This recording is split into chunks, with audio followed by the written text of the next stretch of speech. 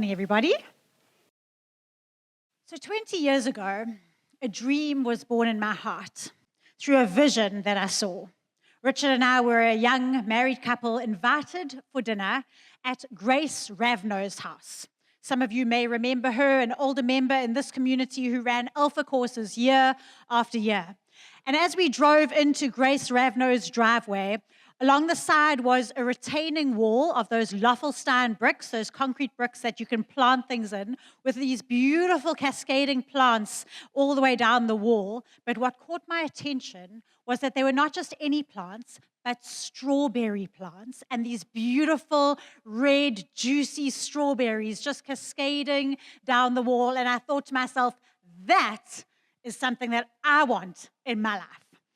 And so we now have a beautiful Loffelstein retaining wall outside of our kitchen. And even though it's 20 years on, I must be honest to say it has not been easy to get the same vision and picture that I had there. And there's many reasons for that. Partly the soil is not great. I'm not really gifted with green fingers. The financial investment that it takes to garden well is questionable. And partly it's because these wild garlic weeds keep growing up in my Loffelstein wall. At first I thought they were pretty, but then I went a little bit closer and found out that they really stink. And secondly, you can't get rid of them. They just spread prolifically. Once they start, you cannot stop, and they interfere with the growth of anything else. We do have monkeys in our area, which is not amazing. And I started over the years to feel like Grace Ravno had actually been flaunting her strawberries, and I did not appreciate the fact that she left me feeling jealous of something that I couldn't get. But if I'm honest, probably the number one reason why I've failed to achieve that vision is that I have never planted strawberry seeds. How often do we long for a harvest that we have never sown? We can look at other people's lives and their near-perfect marriages and their amazingly obedient children and their lavish tables overrun with food, surrounded by friends, even wine that they don't seem to be entrapped by, but it's adding joy to their lives. I don't know if you can see in there's actually a little child between the N and the G of that sign. And we think, these people are just flaunting it. They are flaunting their lives before us. But are we willing to ask ourselves this morning, have we sown for the harvest that we want to see? Have you sown for the harvest that you want to see?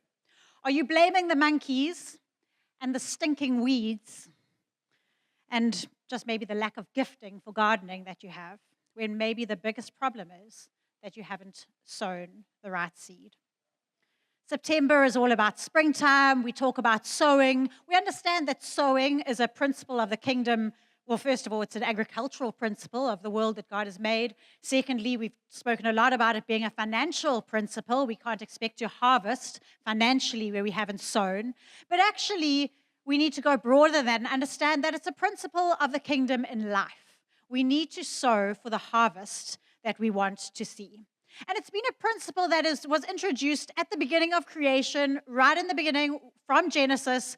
The garden was sown by God, and it was a beautiful garden. There was for sure cascading strawberries down one of the walls, and there were beautiful trees, there was fruit, there was all sorts of incredible things in the garden. God was an amazing sower, but there was also a deceiver who came to sow lies. And you see, what this helps us to understand is that if we are not sowing in our garden, it does not mean that nobody is sowing in our garden. From the beginning of time, it has been the battle of the sowers, or the battle of the seed. Which seed will win out? Which sower will be the most determined? Genesis tells us, thankfully, God is kind enough to give us the end from the beginning so that we don't have to live on tenterhooks throughout history. And so it starts off with the sower deceiving others, sowing lies. And God comes in and he puts the verdict right from the beginning. First of all, he says, yes, man has accepted the sowing of these lies, and so therefore he's going to have weeds in his garden, quite physically. That's going to remind him that lies were sown in his garden and he needs to be a bit more vigilant. Secondly, the woman was going to sow seed with her offspring, also with pain and difficulty, reminding her what age she's living in. But to the deceiver, he gives the verdict, and he says this in Genesis 3, verse 15, I will put enmity between you, the deceiver, and the woman, and between your seed, or offspring, and her seed, or offspring. That's a word that could be singular or plural. There's this idea of a plurality of offspring, but then he singles it down to one, and he says, he will crush your head, and you will strike his heel. So let's look at that diagrammatically to understand it briefly. We have a woman and we have a snake or a deceiver in the form of a snake. And there's hostility between the two of them. We go one step further. The woman will have seed, the snake will have seed, and there will be hostility between the woman's seed and the snake's seed. Battle of the seed. However, the verdict is one seed of the woman's will be sufficient to take out not the seed of the deceiver, but the deceiver himself. A seed that knows how to take it out at the origin, how to destroy and win the battle at the origin. You see, this seed, he, the one, is speaking right in the beginning about Jesus, who would come thousands of years later, after this prophecy, after this declaration by the God of the garden, to say that this seed would understand the power of the seed, which is, yes, they would both fight to their death, but this one knew that laying down his life like a seed would mean life for many. And that is where we begin this garden. Right in the beginning, we begin this metaphor of the garden, and we understand that there is not only one sower. In your life, if you are not sowing, somebody else is. There is an enemy sowing in your life. And so sowing nothing is not going to give you an empty patch of soil.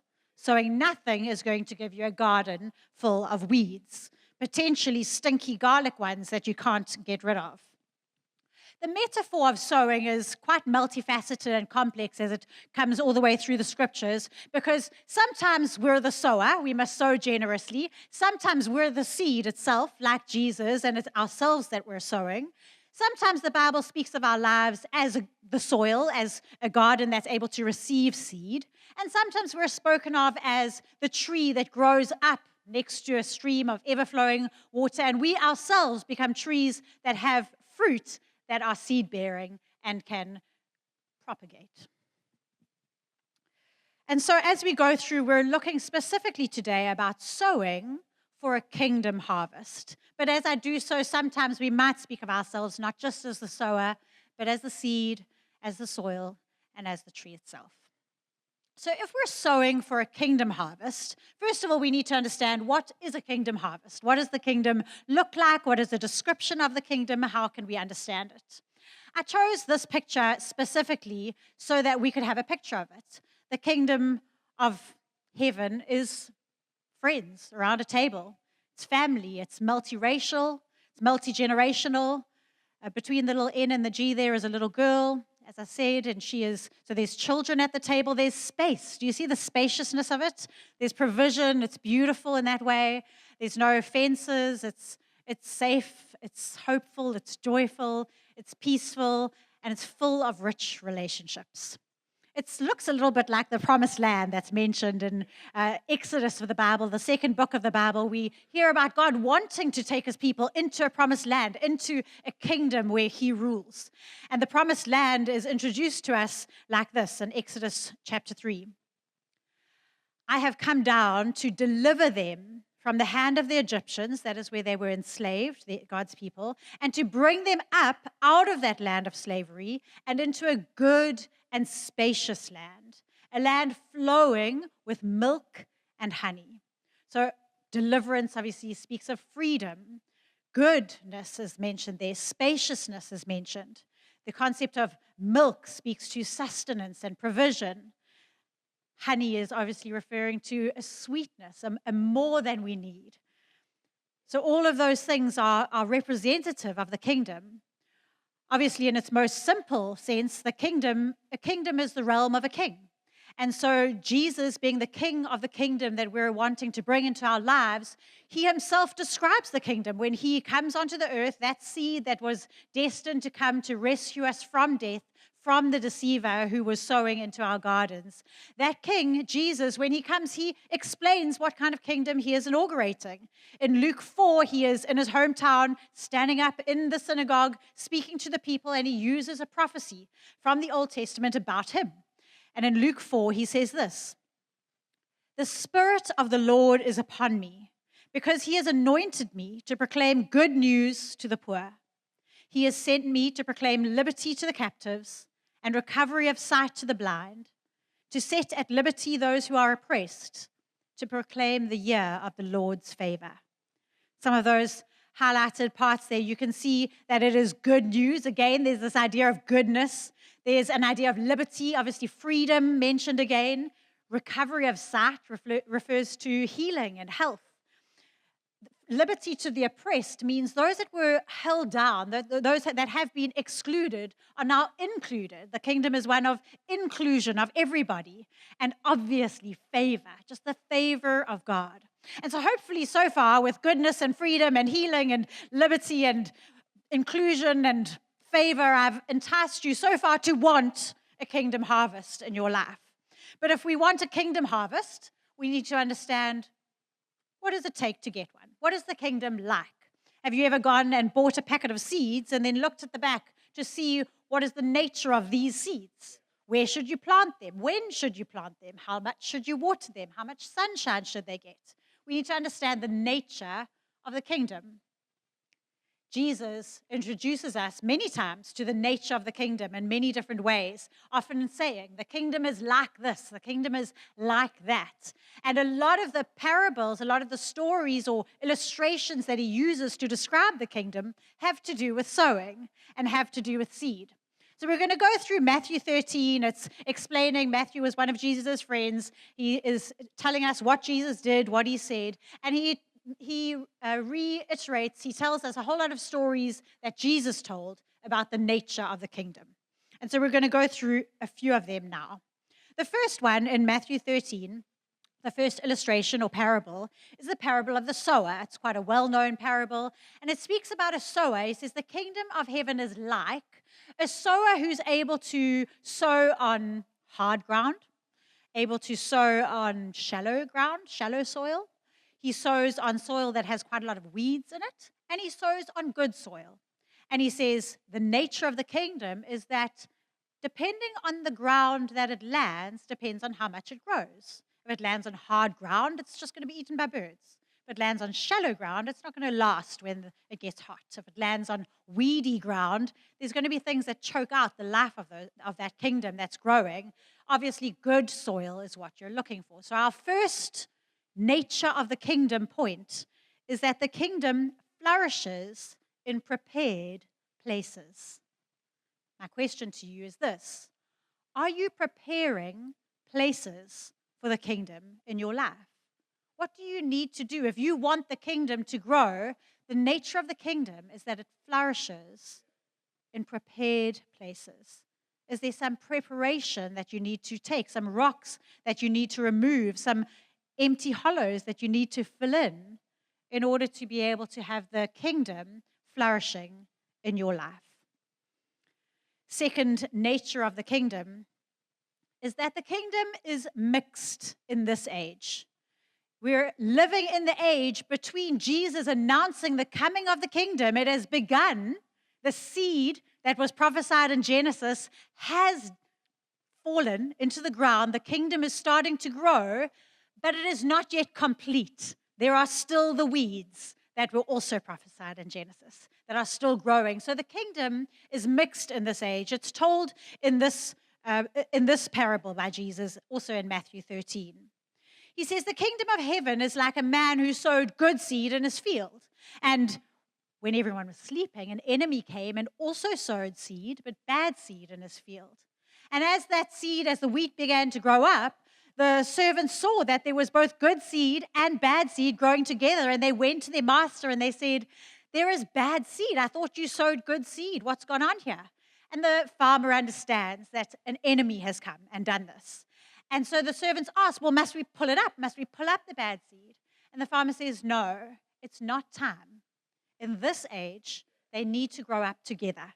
We're going to need it to be mixed because otherwise we're going to damage what is growing. Just leave it until the end. At the end, we'll harvest both and we'll throw away and burn the bad seed and utilize the good seed. What this shows us is that the nature of the kingdom is that it's mixed in this age, which means that we need to not lose heart when we look out over our fields, over our marriages, over our children, over our finances, over our health, over our communities, and feel despondent because we can see bad seed growing. Don't give up. There is an enemy sowing, but you get to sow too. When Jesus laid down his life as a seed, he gave us permission and authority to have good seed. We get to sow good seed today. Don't be somebody who gives up when they see the bad seed that is growing.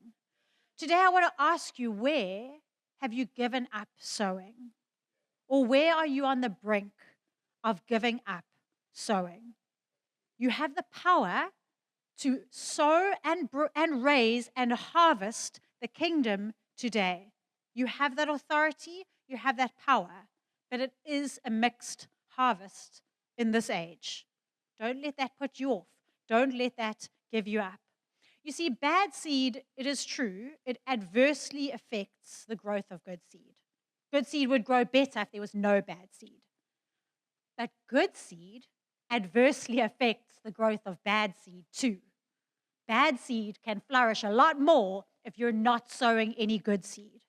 So when we look out over this generation or what's happening digitally or what's happening in our families, we don't give up sowing good seed. We have the power of good seed in our hands to sow now. But the harvest is mixed. Do not lose heart. Thirdly, and this nature of the kingdom excites me, is that the kingdom of God is pervasive. What I mean by that is you would think that when Jesus was coming to announce the kingdom of God, it would come with horses and chariots and guns blazing. That's how people would normally announce the coming of a kingdom. But Jesus says the kingdom of heaven is not like that. It is like a little seed. In fact, the parable he uses to explain this, he says, it's like a mustard seed, which is really tiny. You can hardly pick it up in your fingers. But a mustard seed can grow into the size of plant or even tree that birds can nest in, animals can eat from. You can sit under and get shade from it. It can be a really flourishing tree from a tiny seed. That's exciting to me. The reason why I say this is one of the natures of the kingdom that is most exciting to me, because sometimes I feel impotent to create the harvest, the kingdom that I want to see in my life. I can't make my marriage good, but I can sow a little seed that can make a big difference. I can't make my finances happen, make my health good, make my children. There's a lot of things I don't have the power to do. But the kingdom is a pervasive seed. And if I just sow a little prayer and a little bit of faith and actually, there can be a huge impact from what we sow. Don't give up on what you're sowing. You can, the power of the seed, physically, look at a seed. Look what it can do. The nature of the kingdom is that it's like that. Fourthly, the nature of the kingdom is that it is worth everything. It is worth everything. The parable in Matthew 13 that Jesus uses to explain this is he says, imagine a guy walking in a field and unexpected, he comes across this hidden treasure and it's a treasure like out of the storybooks. It's unbelievable. It is worth anything he can do to get it. Sell everything. Do whatever you have to do. Whatever you do, don't lose the treasure. It is worth everything. And ironically, the man who does that, sells everything to gain the field, he can buy everything back again. It's worth everything. You've got to get this. And then everything else will be added to you as well. What are you holding on to? that is preventing you from gaining the kingdom? What do you think is worth more than the kingdom? When, ironically, you're probably going to lose that and the kingdom. It is worth everything. It is immeasurably valuable. And then fifthly, and this might come as a surprise even to those who have been in church for a while, but the nature of the kingdom is that it costs everything. This sometimes is skimmed over and not explained in full because grace is so incredible. It's such a rich gift that God gives us. And truthfully, He gives us even the seed that we have to sow. So He gives us everything, but it also costs everything. You see, we needed to take a clue, take a hint off of of Genesis 3. The seed would have to fight the deceiver to the death in order to gain life, in order to win. And Jesus did not just open the way for us, He made the way for us to walk in. He showed the way to us. So absolutely, He made the way for us, but He also showed the way for us. You see, a harvest cannot lie. I cannot grow strawberries in my Laffelstein wall, no matter how much I talk about them, because I've never planted strawberry seed. A harvest cannot lie. Jesus says it like this in John 12. Very truly, I tell you, unless a kernel of wheat falls to the ground and dies, it remains only a single seed. If it dies, it produces many seeds. Anyone who loves their life, who holds on to it, will lose it. But anyone who hates their life, and this is a comparative hate, who understands that the kingdom is worth laying down their life for, then they will keep it, actually, for eternal life. It's that thing that is worth everything, but it will cost everything. Sell everything to get it, but it's going to take you selling everything to get it. It's going to take your life itself. The harvest doesn't lie. Galatians 6 says, do not be deceived. God cannot be mocked. Whatever a person sows, that he will also reap. Whoever sows to please their flesh, you see, we have to decide, are we the seed of God through the woman, or are we that seed that is the seed of the deceiver? Are we going to be on that side, sowing into our flesh, rather than laying it down and being able to follow through this line, this seed of the woman? You see, obviously, the snake didn't actually have a whole lot of babies. We're not talking about baby snakes here. But Jesus, when he is referencing those who are following their own ways and sowing to their flesh, calls them a brood of vipers, which literally means a nest of baby snakes. When we are bitten by the deceiver and we go over to his side and we become his seed, all that will come of us is this.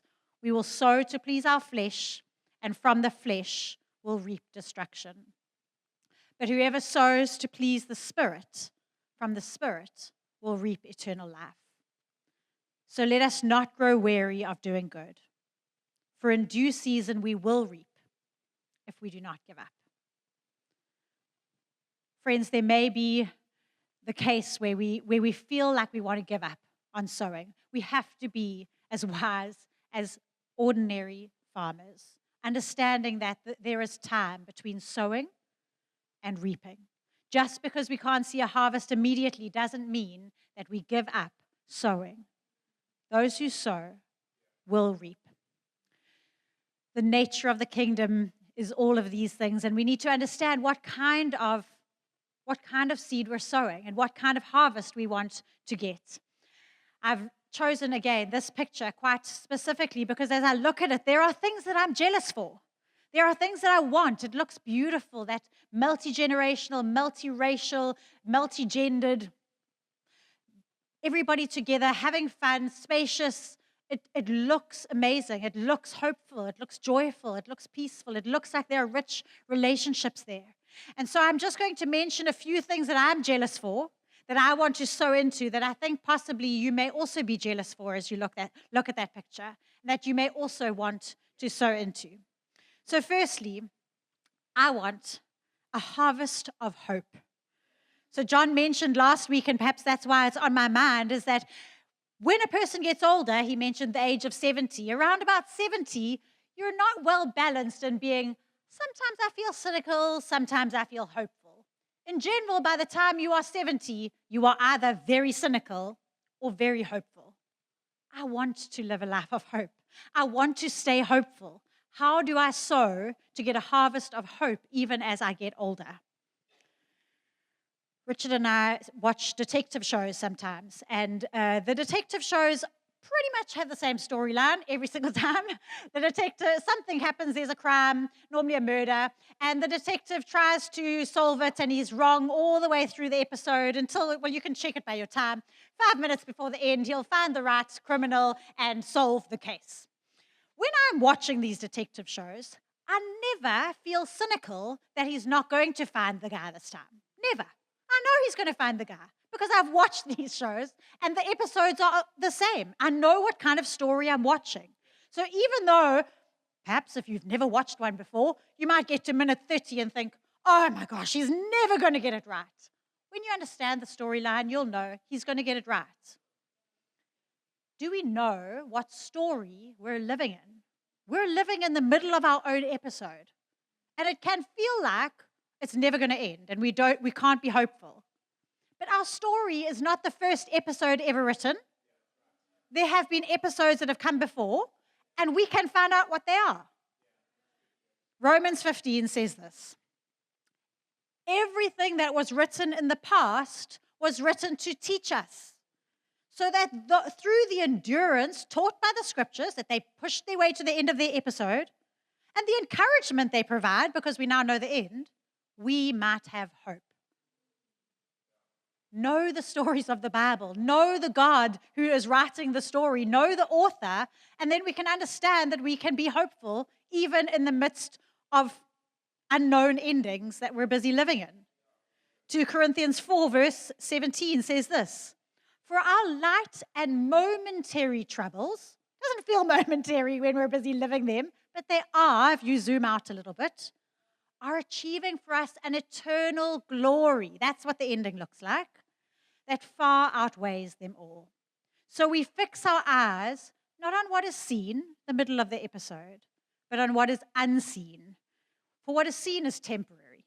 But what is unseen, when the story comes to a conclusion, that's eternal.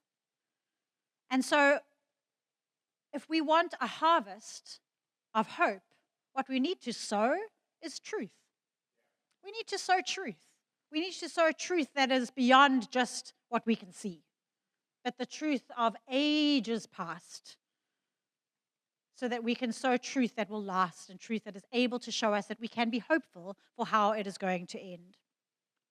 When little Kristen was a 4-year-old girl, she was diagnosed with a very serious form of cancer and given only a very small chance of living. You can imagine this was devastating for her parents, and they had a choice to make of how they were going to handle it. And so Tommy, her father, sat down with a Bible and a piece of paper, and he found all the promises of God around healing and what God could do, and he wrote them down.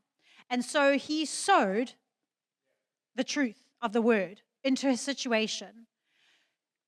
And because of that, he was able to keep hopeful throughout the story, which ended up, well, Kristen grew up, she was healed, she was married, and that the father and the mother were able to follow that journey with hope because they had sown truth into their story. Secondly, we want a harvest of peace. A harvest of peace.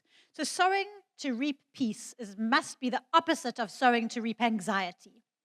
So I want to ask you, what keeps you up at night? What are you anxious for? I have teenagers, so mine's really a given. And some of them can drive. And in actual fact, in April next year, we will have 6 teenagers in our house. So that shows, first of all, that you're not praying hard enough for us. And secondly, that I need to learn what to sow if I'm going to reap peace. Because what I can't be sowing is worry.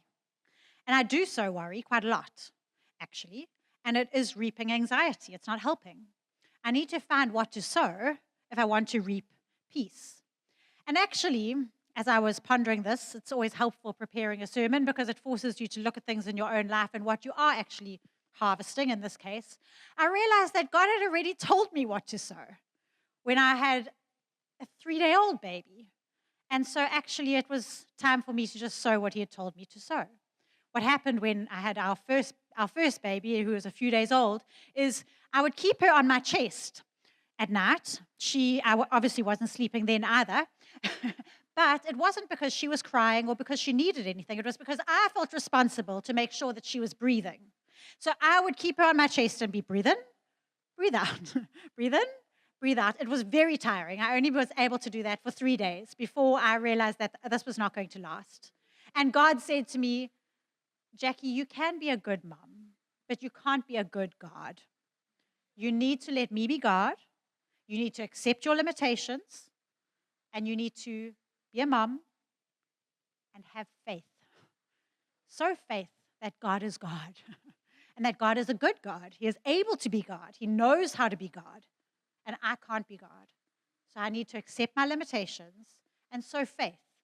And then I went to sleep, which is what I can do now. They say that having a baby is like having your heart walk on the outside of your body for the rest of your life. Because you're so vulnerable and there's nothing you can do about it. And I think there's many areas in our lives where we feel like that. It might be your children. It might be your reputation. It might be your finances. There's things that we can't control, and we're vulnerable in areas where we can't control. But God is able to control what we are not able to control. And so we need to sow faith if we want to reap a harvest of hope. Thirdly, I want to reap a harvest of joy. I thought that I would find the scripture that said, sow in tears if you want to reap joy. But actually it said, sow in tears if you want to reap in joy. It didn't say that I had to sow tears. It said, even when I'm crying, I must sow. And then I will be joyful when I'm reaping. So what is it that we need to be sowing then if we want to reap joy? And I realized in my research and looking also at self-examination that the thing that made me lose joy the most was when I was trying to hold on to happiness, when I was trying to please myself, when I was trying to satisfy my cravings and the things that I thought I needed to make me happy. We've used the example here before of that Chicken Licken advert, where there is a little monster on the guy's shoulder, and it is a little craving monster, a little orange orangutan. And as this craving grew, this monster grew, and then when he went and purchased Chicken Licken, the monster would shrink down again. But that's not biblical. When you feed your cravings, they don't shrink, they grow. And so actually the monster just gets bigger and bigger and bigger. There is no way of getting it smaller other than not feeding your cravings. When we feed our self-gratification, we rob ourselves of joy. When we deny ourselves, when we sow our happiness by letting go of it, that's when we reap joy. And so what I've taken it as is actually turning away from what we're craving, what we don't have, and sowing gratitude for what we do have. When we sow gratitude for what we do have and ignoring our cravings, that is when we are able to reap joy. And then fourthly, I want a harvest of rich relationships. I think that's what that picture of the table showed us, was a harvest of rich relationships. And we want to be known. A kingdom vision is definitely that different ages and men and women and children and different races and everybody together. It is deeply relational. And I think so often we think that we don't need relationships because it's like when you need healthy food, but you eat junk food, you are satisfied for 2 or 3 or 4 days, but after a while, you just want to go home and eat vegetables. You can't satisfy your need for health anymore with junk food. And I think that we can be like that with relationships as well. We think we don't need them, but after a while we realize all I want is for someone to notice that I'm not here, someone to know me, someone to think of what I'm doing today and to send me a message and say, hey, how did it go? I want that. I want real friends. I want real marriages and families, and I want to be known. I want to belong. I need that. And so what am I going to sow to get that? And I think that if we want to reap a harvest of people, we're going to have to sow ourselves. We need to sow, you need to sow yourself in order to get a harvest of people, in order to get a harvest of rich relationships. We have to do for others what we wish that they would do for us. Notice, remember, join groups, be known, allow people into our lives. I want that more than I want the comfort of not doing that, of not being vulnerable.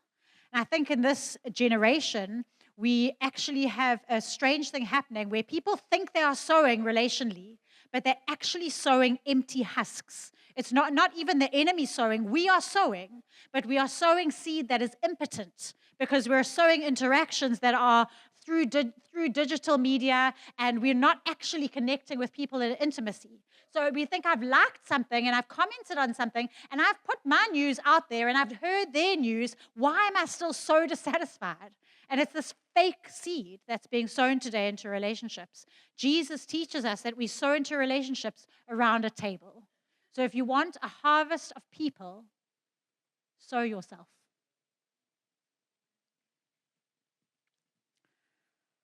I'm going to close with a scripture. 2 Corinthians 9 verse 6 says, remember this, whoever sows sparingly will also reap sparingly. And whoever sows generously will also reap generously. We can understand the nature of the kingdom when we understand the nature of the seed. It's incredibly powerful, even though it's small. It might be mixed now in this age, but we need to sow anyway. It is pervasive. It is powerful. It is worth sowing. It grows best. It flourishes in prepared places. We can prepare ourselves for more of it. These things are the nature of the kingdom. We do live in an age of weeds. There is an enemy who is busy sowing. But it is not only our right to have a kingdom harvest, it is also our responsibility, because it is not just for us, it is for others. We are kingdom bringers, able to sow so that others can look at our lives and they can be jealous of our relationships and our marriages and our families and our tables and our friendships and what is flowing around our tables. It's okay. They can. And only that will, hopefully, they will do more than I did, and they will also then start to sow into getting a harvest of the kingdom. So let's be kingdom bringers, and let's be those who enjoy the harvest in our own lives.